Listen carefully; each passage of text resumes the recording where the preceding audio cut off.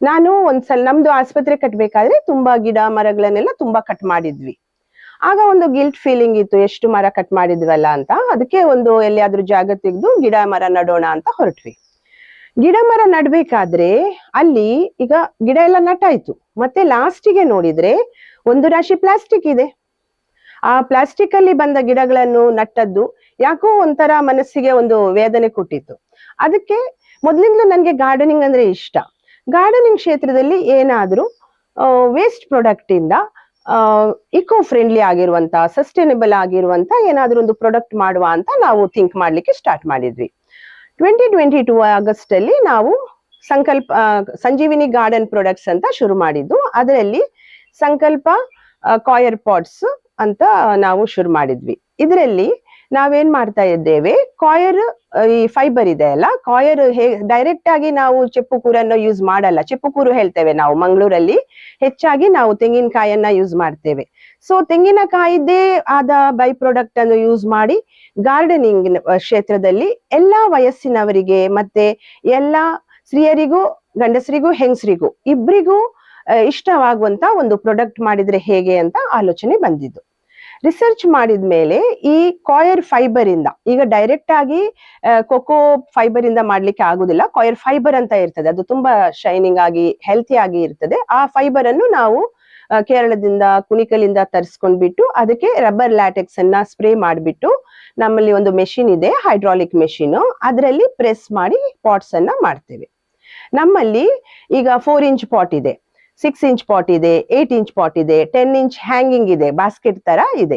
4 inch pot ಅನ್ನು ಸಾಧಾರಣವಾಗಿ ನೀವು ಮನೆ ಒಳಗೆ ನಿಮ್ಮ ಆಫೀಸ್ ಟೇಬಲ್ ಅಲ್ಲಿ ಒಂದು ಆಕ್ಸಿಜನ್ ಕೊಡ್ಲಿಕ್ಕೆ ಅಥವಾ ನಿಮ್ಗೆ ಒಂದು ಮೈಂಡ್ ಅನ್ನು ರಿಲ್ಯಾಕ್ಸ್ ಮಾಡ್ಲಿಕ್ಕೆ ನಾವು ಹೆಚ್ಚಾಗಿ ಟೇಬಲ್ ಅಲ್ಲಿ ಒಂದು ಗಿಡ ಇಡ್ತೇವೆ, ಸ್ನೇಕ್ ಪ್ಲಾಂಟ್ ಇಡ್ತೇವೆ, ಆಕ್ಸಿಜನ್ ಪ್ಲಾಂಟ್ಸ್ ಇಡ್ತೇವೆ.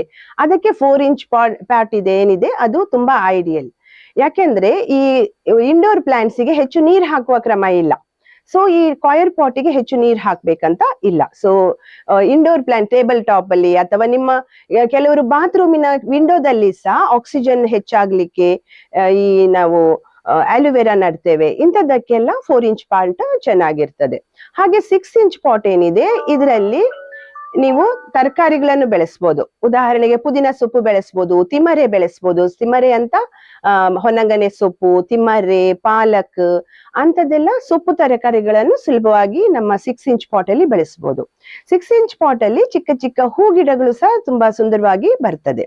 8 ಇಂಚ್ ಪಾಟ್ ಏನಿದೆ, ನಮ್ಮ ಆಕ್ಸಿಜನ್ ಪ್ಲಾಂಟಿಗೆ ಈಗ ಡಿಫ್ರೆಂಟ್ ಟೈಪ್ ಬಣ್ಣ ಬಣ್ಣದ ಕ್ರೋಟನ್ ಗಿಡಗಳಿದೆ, ಸೇವಂತಿಗೆ ಇದೆ, ಅಂತದೆಲ್ಲ ಬೆಳೆಸ್ಲಿಕ್ಕೆ. ಹಾಗೆ ನಿಮ್ಗೆ ಸ್ವಲ್ಪ ದೊಡ್ಡ ತರಕಾರಿಗಳನ್ನು ಬೆಳೆಸ್ಲಿಕ್ಕೂ 8 ಇಂಚ್ ಪಾಟ್ ತುಂಬಾ ಉತ್ತಮ ಆಗಿದೆ.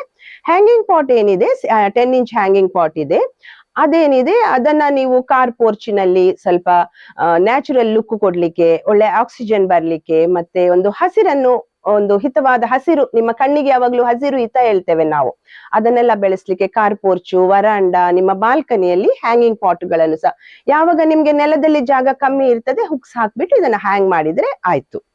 ಮತ್ತೇನಂದ್ರೆ ಈ 4 ಇಂಚ್ 6 ಇಂಚ್ ಪಾಟಿಗೆ ನೀವು ಈವನ್ ನಾವು ಗ್ರಿಲ್ ಫಿಕ್ಸ್ ಅಂತ ಕೊಡ್ತೇವೆ. ಗ್ರಿಲ್ ಫಿಕ್ಸ್ ಯಾಕೆ ಅಂದ್ರೆ, ಈಗ ನಿಮ್ದು ಬಾಲ್ಕನಿಯ ರೇಲಿಂಗ್ಸ್ ಇದೆ, ಯಾವಾಗ ನೆಲದಲ್ಲಿ ಜಾಗ ಇಲ್ಲ, ಗಿಡ ಬೆಳೆಸುವ ಹುಮ್ಮಸ್ ತುಂಬಾ ಇರ್ತದೆ, ಆಗ ಅದನ್ನ ರೇಲಿಂಗಿಗೆ ಫಿಕ್ಸ್ ಮಾಡ್ಬೋದು. ಹಾಗೆ ಟೇಬಲ್ ಟಾಪ್ ಅಸೆಸರಿ ಕೊಡ್ತೇವೆ, ಮತ್ತೆ ಇದರೊಟ್ಟಿಗೆ ಹ್ಯಾಂಗಿಂಗ್ ಸಹ ಕೊಡ್ತಾ ಇದ್ದೇವೆ ಈಗ. ಯಾಕೆಂದ್ರೆ 4 ಇಂಚ್ 6 ಇಂಚ್ ಪಾಟ್ ಅನ್ನು ಸಹ ನೆಲದಲ್ಲಿ ಜಾಗ ಇಲ್ಲದ್ರೆ ಹ್ಯಾಂಗ್ ಮಾಡಿ ಇಟ್ಬಿಡ್ಬೋದು. ಮತ್ತೆ ಇನ್ನು 2 ವೆರೈಟಿ ಈ ವರ್ಷ ನಾವು ತಂದಿರೋದು, ಒಂದು ಸ್ಯಾಪ್ಲಿಂಗ್ ಪಾಟ್ ಅಂತ, ಇನ್ನೊಂದು ಮೈಕ್ರೋಗ್ರೀನ್.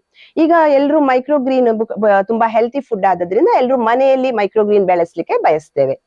ಅದು ಮಾತ್ರ ಕೆಲವೊಮ್ಮೆ ಏನಾಗ್ತದೆ, ಅದಕ್ಕೆ ನೀರಿದ್ದು ವೆರಿ ಇಂಪಾರ್ಟೆಂಟ್. ನೀರ್ ಹಾಕುದು, ಅದರಲ್ಲಿ ಹ್ಯುಮಿಡಿಟಿ ಮೇಂಟೈನ್ ಮಾಡುದು. ಅದಕ್ಕೆ ಕೊಕೋ ಫೈಬರ್ ಅಲ್ಲಿ ಬೆಳೆಸುವ ಬದಲು, ಮತ್ತೆ ಕೊಕೊಪೀಟ್ ಈಗ ತುಂಬಾ ಸಿಕ್ಕಲ್ಲ, ಅದಕ್ಕೆ ಲೋ ಈಸಿದು ಕೊಕೊಪೀಟ್ ಆಗ್ಬೇಕು, ಅದನ್ನು ಸಿಕ್ಕಲ್ಲ. ಸೊ ಅದಕ್ಕೋಸ್ಕರ ನಮ್ಮ ಈ ಕಾಯರ್ ಪಾಟ್ ಅಲ್ಲಿ ವಿತ್ ಮಿನಿಮಮ್ ಕೊಕೊಪೀಟ್, ಇದಕ್ಕೆ ಆದ್ರೆ ಒಂದು 3 ಲೀಟರ್ಸ್ ಅಷ್ಟು ಕೊಕೊಪೀಟ್ ಬೇಕು ನೀವು ಟ್ರೇ ಅಲ್ಲಿ ಬೆಳೆಸುದಾದ್ರೆ. ಇದರಲ್ಲಿ ಆದ್ರೆ ಒಂದು 10 ಗ್ರಾಮ್ಸ್ ಗಿಂತ ಕಡಿಮೆ ಅಷ್ಟು ಕೊಕೊಪೀಟ್ ಸಾಕು. ಮತ್ತೆ ತುಂಬಾ ಗಿಡಗಳು ಬೀಜ ಹಾಕಿದ್ರೆ ತುಂಬಾ ಚೆನ್ನಾಗಿ ಸಹ ಬರ್ತದೆ. ಅದು ಕಾಯರ್ ಟ್ರೇ ಆಯ್ತು. ಮತ್ತೆ ಹಾಗೆ ಸ್ಯಾಪ್ಲಿಂಗ್ ಪಾಟ್, ಈಗ ನಾವೆಲ್ಲ ಹೊಸ ಈಗ ಎಲ್ಲ ಮರ ಕಡ್ದದಾಯ್ತು, ಒಂದು ಜನರೇಷನ್ ಎಲ್ಲ ಮರ ಕಡಿಯೋದ್ರಲ್ಲಿ ಬಿಸಿ ಇತ್ತು. ಈಗಿನ ಜನರೇಷನ್ ಮುಂದಿನ ಜನರೇಷನ್ಗಾಗಿ ಕಾಡು ಮಾಡುವ ಇಂಟ್ರೆಸ್ಟ್ ತೋರಿಸ್ತದೆ. It's a good move actually. ಯಾಕೆಂದ್ರೆ ಗಿಡಗಳ ವ್ಯಾಲ್ಯೂ ನಮ್ಗೆ ಸ್ಲೋ ಆಗಿ ಅರ್ಥ ಆಗ್ತಾ ಇದೆ. ಕಾಡುಗಳನ್ನು ಕಡ್ದು ಬಿಲ್ಡಿಂಗ್ ಮಾಡಿ ನಾವೇನ್ ತಪ್ಪು ಮಾಡ್ತಾ ಇದ್ದೇವೆ ಅಂತ ಅರ್ಥ ಆಗ್ತಾ ಇದೆ. ಸೊ ನಾವೆಲ್ಲ ಈಗ ಖಾಲಿ ಜಾಗದಲ್ಲಿ ಗಿಡಗಳನ್ನ ಬೆಳೆಸ್ತಾ ಇದ್ದೇವೆ.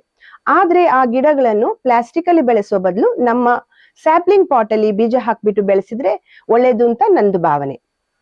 ಯಾಕೆಂದ್ರೆ ಒಂದು ಪ್ಲಸ್ ಪಾಯಿಂಟ್ ಅದರಲ್ಲಿ ಪ್ಲಾಸ್ಟಿಕ್ ಇಲ್ಲ. ಇನ್ನೊಂದು ಹೇಳಿದ್ರೆ, ನೀವು ಪ್ಲಾಸ್ಟಿಕ್ ತೆಗೆದು ಗಿಡ ನಡುವಾಗ ಏನಾಗ್ತದೆ, ರೂಟ್ ಡ್ಯಾಮೇಜ್ ಆಗ್ತದೆ.